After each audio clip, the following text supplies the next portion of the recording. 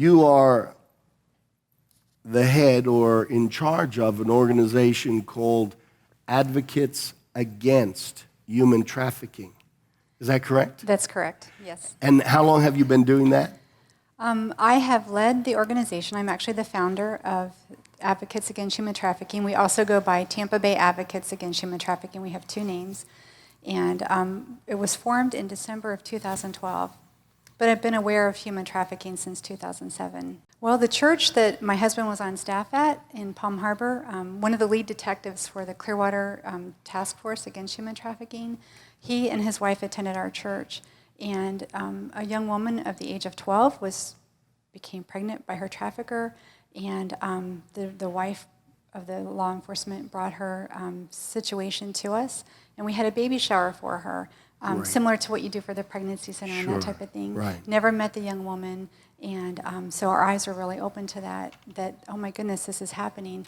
Now that young woman is an international survivor, but it happens here in the United States as well. And so since that time, my heart has just been, open to what the Lord would have me to do in regard to helping the vulnerable women and men in human trafficking and children. Human trafficking. We're here in Tampa. Huge problem?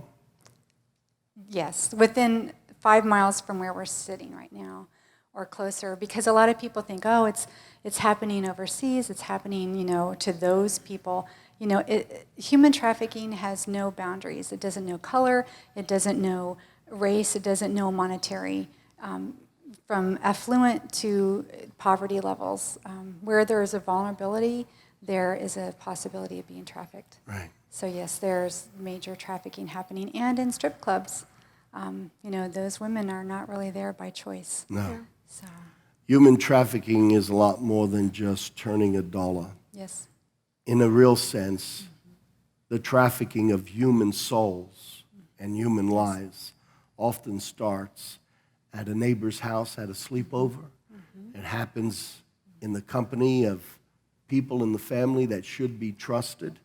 And this is a very real issue. And with that takes us to Telisia's story. And Telisia, everyone welcome Telisia. Hello.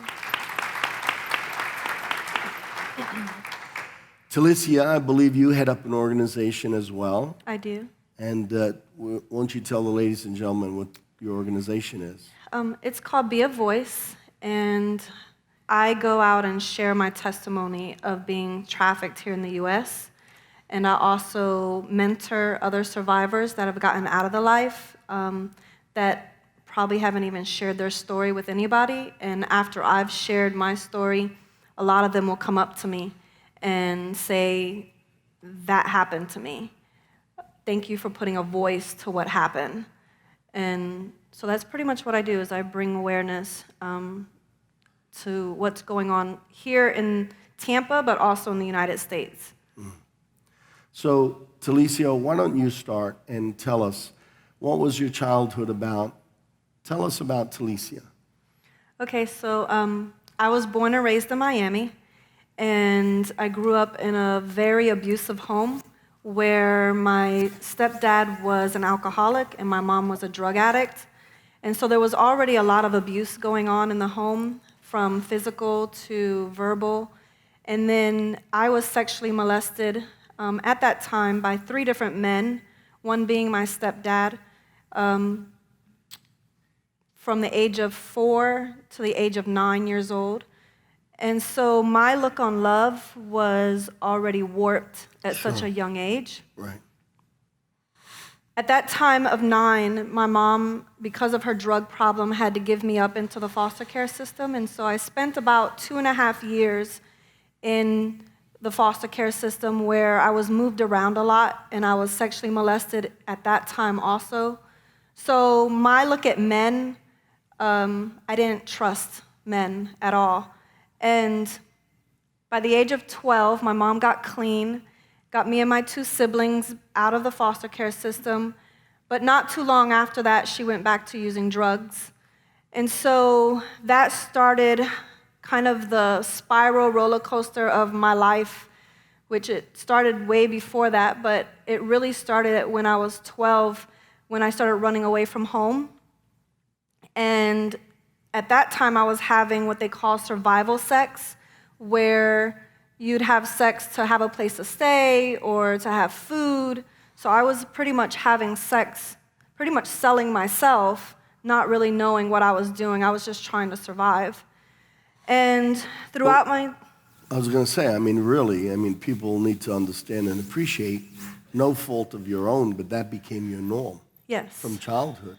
Yes. What a man wanted, he got, and there was no sense of morality built into your life. Every wall and every barrier had been desecrated, and so this is your norm. Definitely. My childhood was definitely stolen. I had to grow up really fast. Right.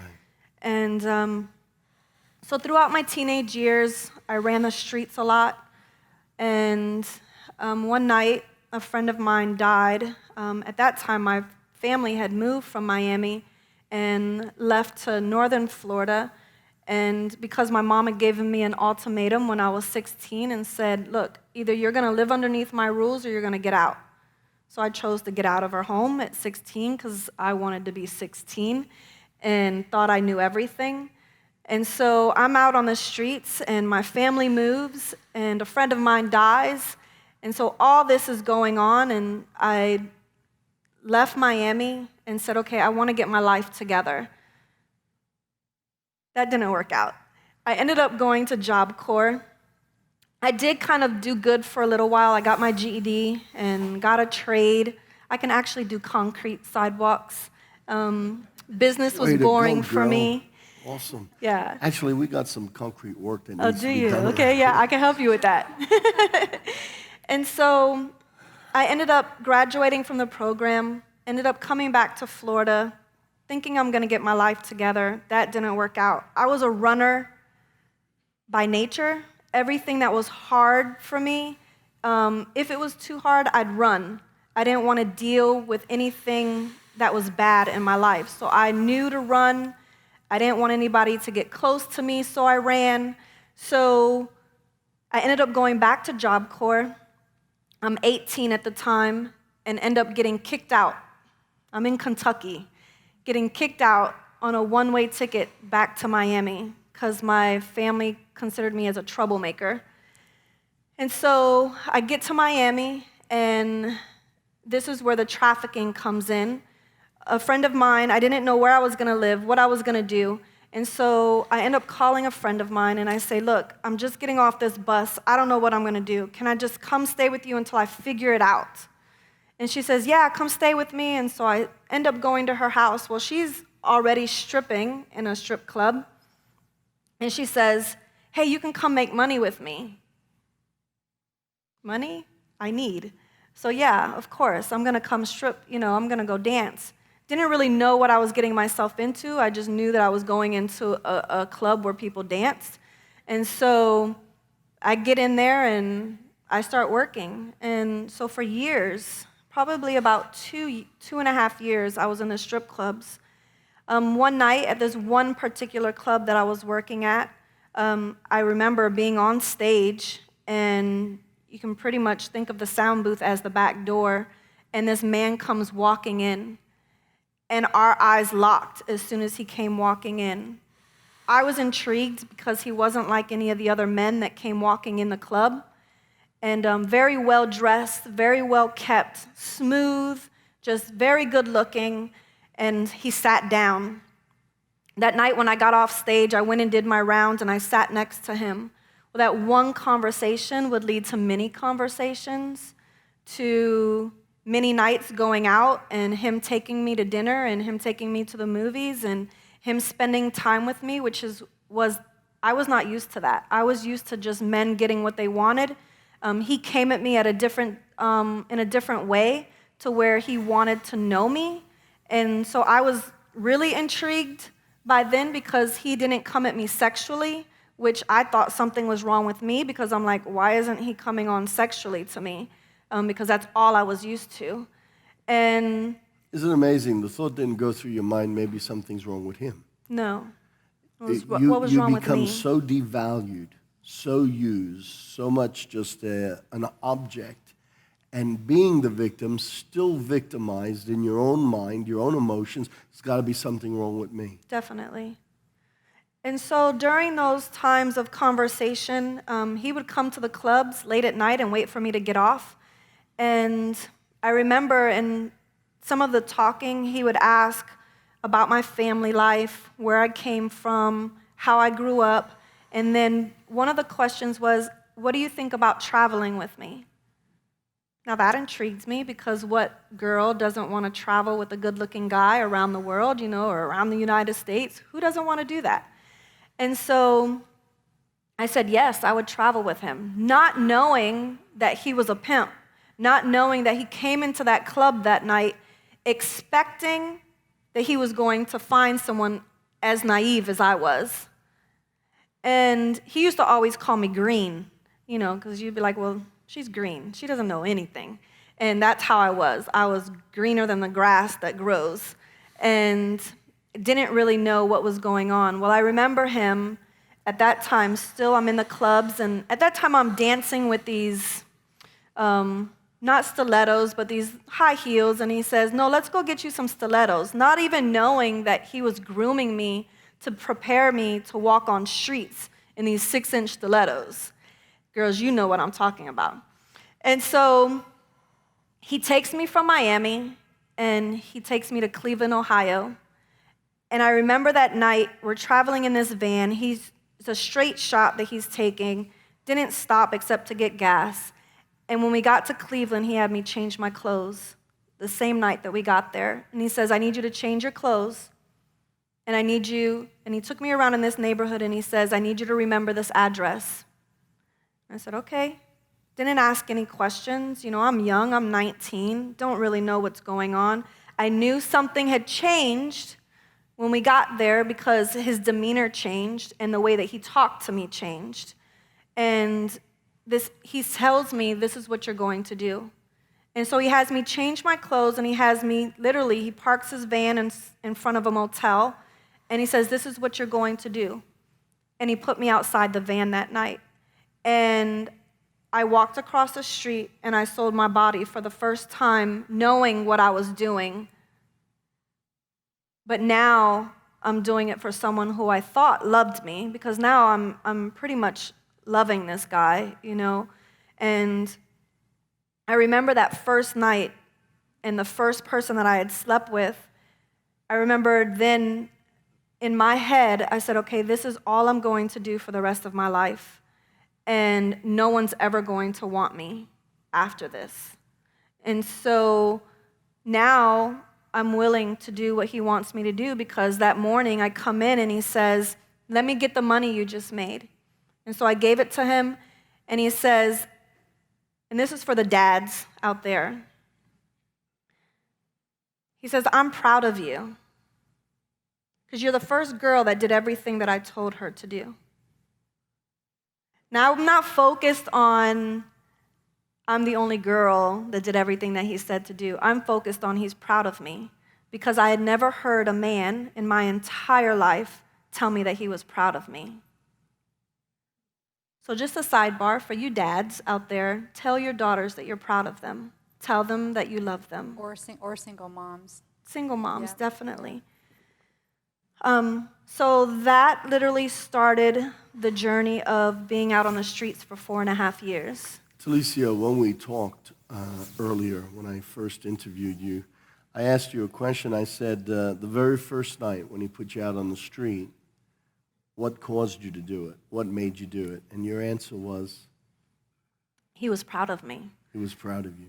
And my thought was, okay, he's got to love me if he knows what I'm going to be doing and he still wants to stay with me. Because I had already said in my mind, no one's going to ever want me after this.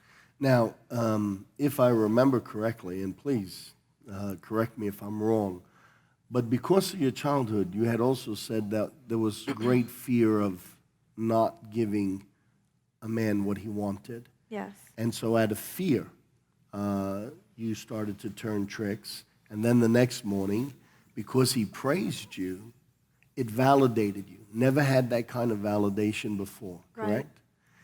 It's amazing. I think it's hard for people to understand at times, especially if they've grown up in a quasi-normal life. But throughout the years of counseling, one of the things that I've come to find is that as men, we can't appreciate and understand the amount of fear that a woman can experience, especially when she's been subject to hands of violence. Yes. And as a child, you were abused mentally, emotionally, physically, hit and whatnot, and then, of course, abused sexually. And this fear just traps you and keeps you a prisoner. And I want to say to anyone and everyone here, the fear that we allow to hold us is the fear that will always enslave us. We need to somehow find that one person that we can speak out to. You know, I appreciate the courage that you're showing even today in sharing your story, speaking out. Understand, be a voice. Because when you're a voice, it helps other people come out of the darkness, come out of the hiding, and get free eventually from their own dilemmas, their own dark secrets, and their own prison. I really, even though this interview is only halfway through, I appreciate and I commend you for your boldness and your courage. Before we go any further, why don't you validate Telisia and appreciate the fact that she's sharing.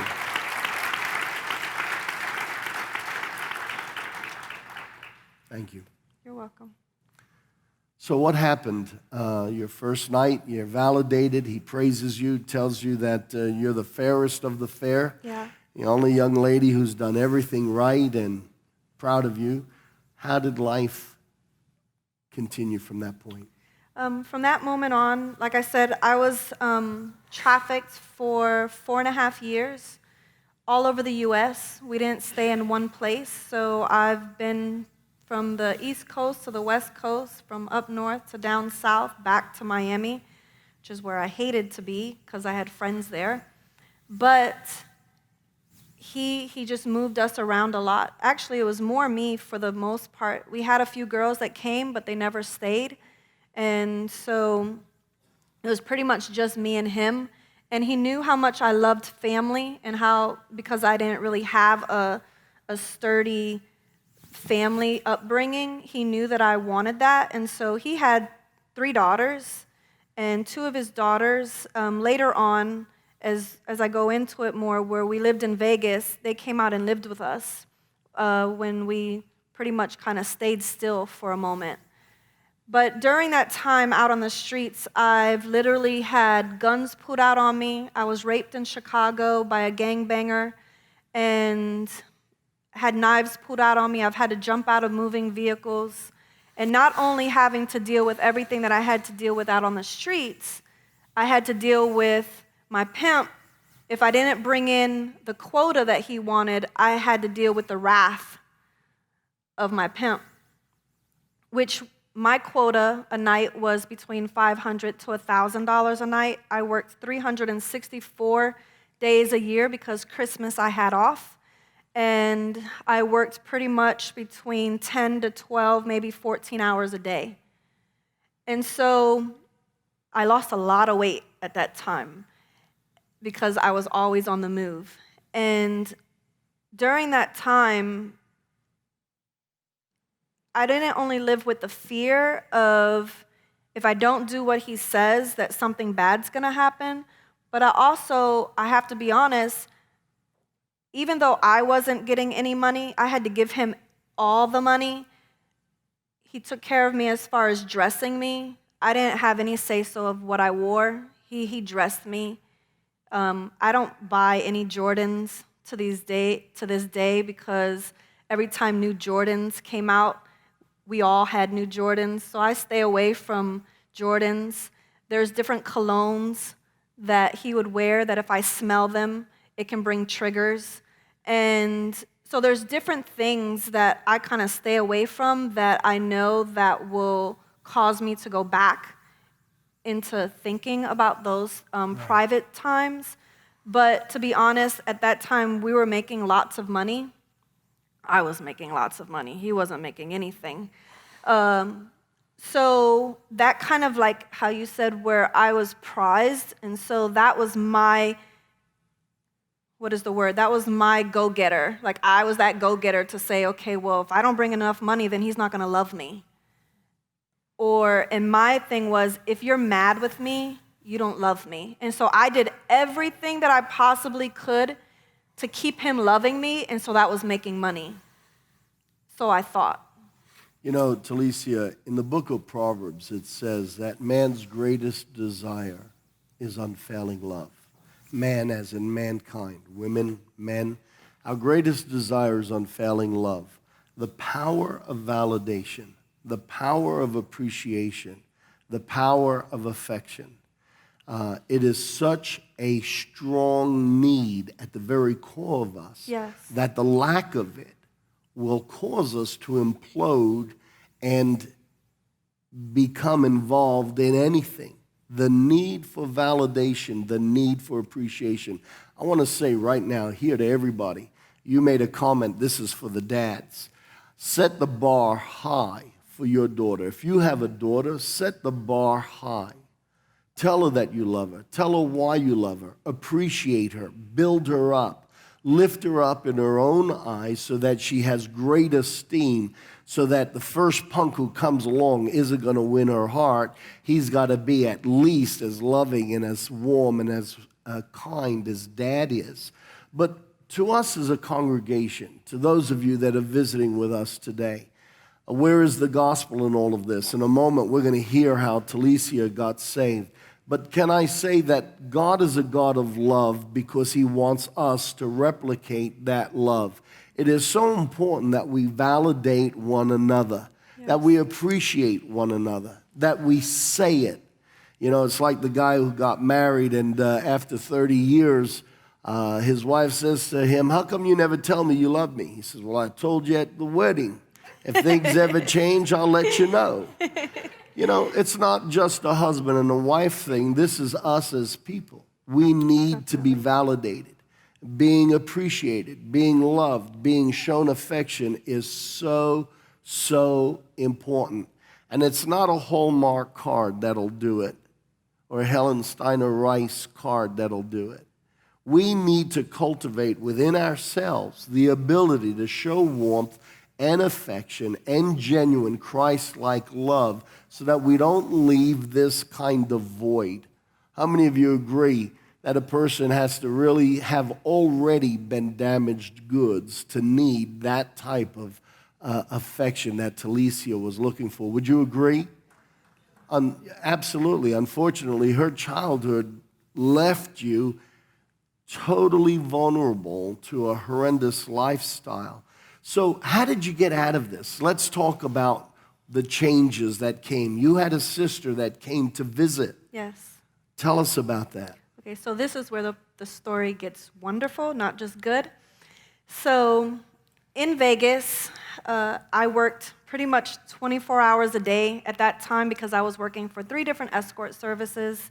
And I pretty much slept in my car in the casino garage, waiting for my next call. During that time, I invited my sister, my younger sister, to come out and stay with me because she had just had my niece, and I wanted to be around my niece.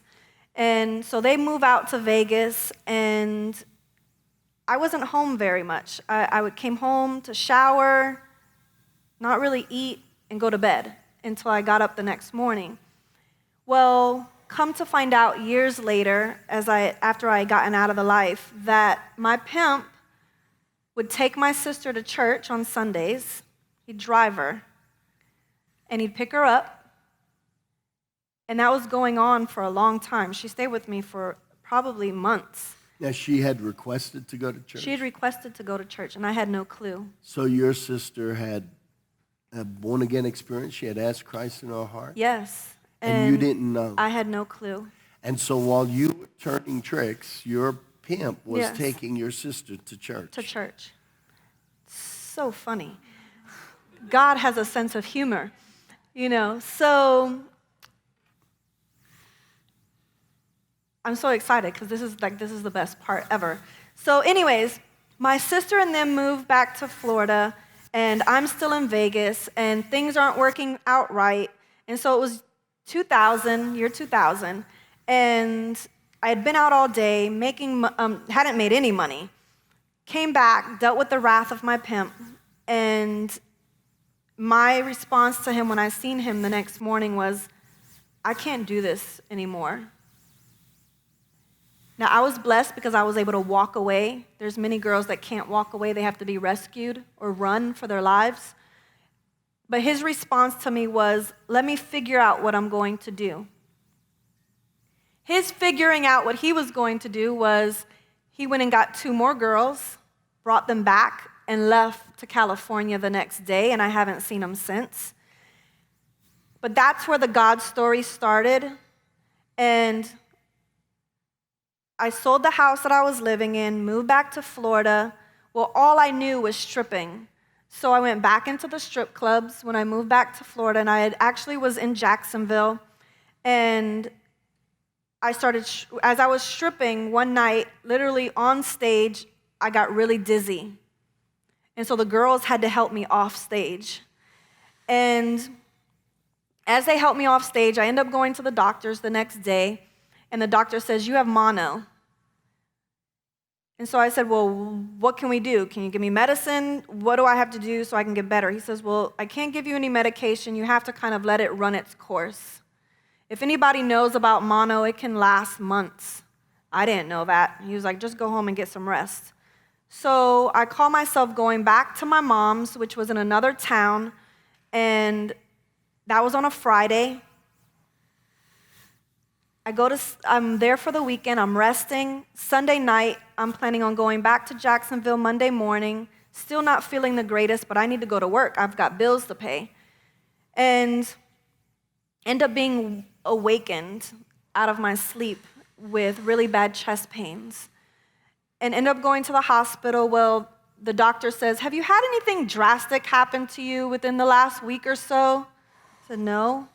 Because, of course, I didn't want anybody to know that I was a prostitute. I didn't want anybody to know because of the shame and the guilt that I carried.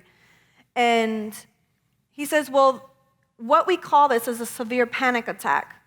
Well, that one panic attack would lead to an entire year of panic attacks, to where I literally lived on my mom's couch. So I had the mono and I had the anxiety attacks on top of that. So it literally would zap me of all my energy.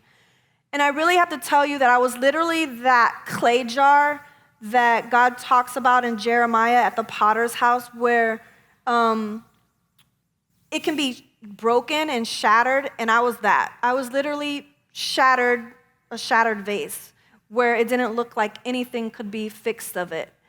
And God loved me in the midst of that, because my brother, which is the youngest, he came home one day. He was going to church. I didn't really know about God. I had been told about him when I was young, but didn't really know about him. And he comes home one day and he hands me this book and he says, sis, you got to read this. And I said, well, what is it? And he says, it's a Bible. You have to read this book. And so I was like, okay, if you say so. So I start reading the word. And one night I remember being up really late, and on TV, I was flipping through the stations and I found a Christian television show, and this woman was on there, and in her message, she says, you have to be sick and tired of being sick and tired. And I was literally that in every way, shape, and form. And so that was my defining moment of, okay, something has to change in my life. Well, my mom, being that she was still on drugs, would only listen to Jesse Duplantis. Y'all heard of Jesse Duplantis? Hilarious.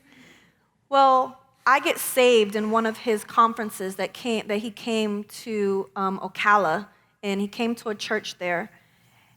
But I'm still having these anxiety attacks. And so I go to the church, and I give my life to the Lord. Now what next? You think, okay, well, things get better. No, things got worse. And I always tell people I'm Abraham, or I'm like Abraham, because when God tells you to go to a place that you don't know anybody, and you're family members start acting crazy. That's what happened to me, So I'm still having these anxiety attacks, and I remember one day just wanting to go into a church. Now, I can't drive. My family doesn't want to drive me because they're like, you're crazy, just get in the car and go. I'm like, I can't do that. It's like if I was around people, I would literally go into a panic attack. Right. I could not be around people. But I remember one day getting up, and I remember just saying, if I can just get to church. Not that if I could just get to Jesus, because I hadn't heard about Jesus. I just knew of a Bible and I knew about church. That's all I knew. So I said, if I could just get to church. So I got in the car, and that's the only words that came out of my mouth the whole time I'm driving. So if I can just get to church, if I can just get to church, if I can just get to church. So now I get in the parking lot. I'm like, okay, now I have to get out of my car and go into the church. How am I going to do this? Because I'm like totally flipping out. And so I just had this peace come upon me, and I went into this church, and I sat in the back of the church because as soon as it was over, I'm heading out the door because I don't want to be around people.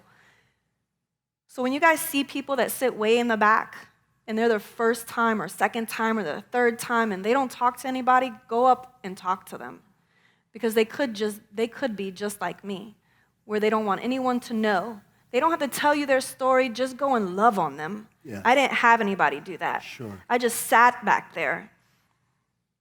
But then, God, of course, being God, I was going through a program for disabilities because my anxiety attacks were labeled as a disability. And I wanted to do nursing, well, because I have an extensive background of being locked up. I couldn't go into nursing because they were going to do a background check.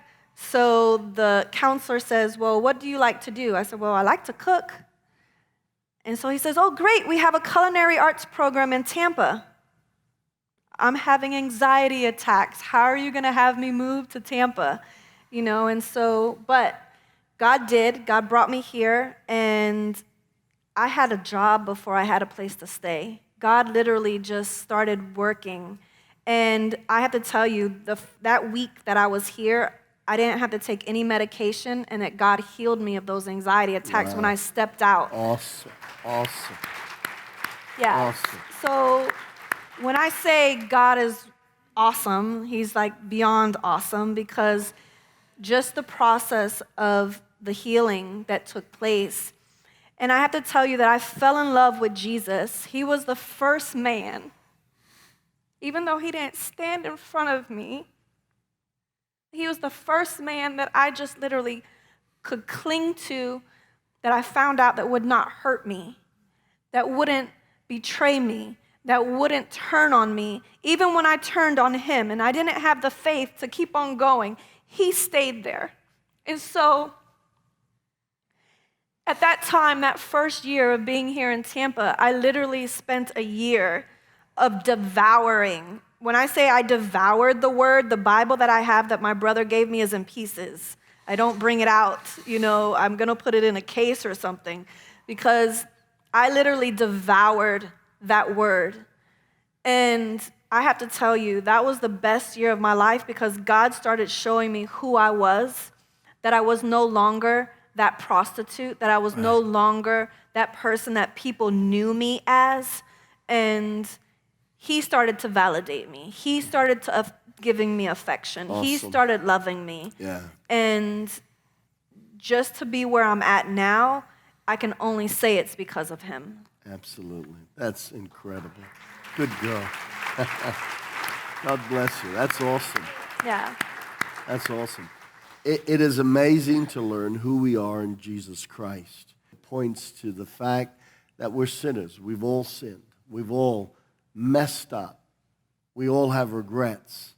But once we come to that place of acknowledging our failures and we cry out to God for help, from that moment on, the Bible is just full of validation. And what's amazing is that even when we're lost in sin, here you hadn't made this transition yet, no. And God's got your back, looking out for you, trying to move you out of this scenario, setting you up, until finally you come to the place where you recognize how much he loves you Yes. and you fall in love with him.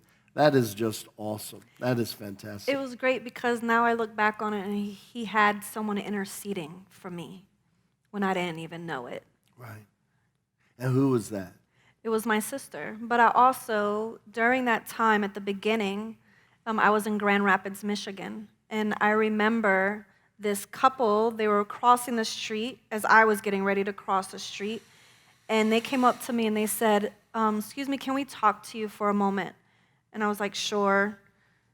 You know, just giving them attitude. And this is when you were still prostituting. I was still prostituting. This was at the beginning of me prostituting. And they said, can we pray with you? It's all they asked. They even did a story in Grand Rapids to see if someone would come forth because they have my mugshot of me being arrested. They put it all over the newspapers to see if anyone would come up and say that they were the ones who prayed for me. We haven't found them.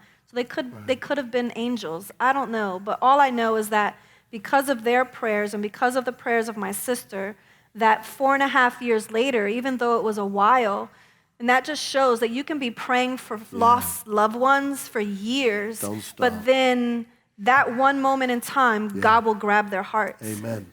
That's incredible. Awesome. Awesome.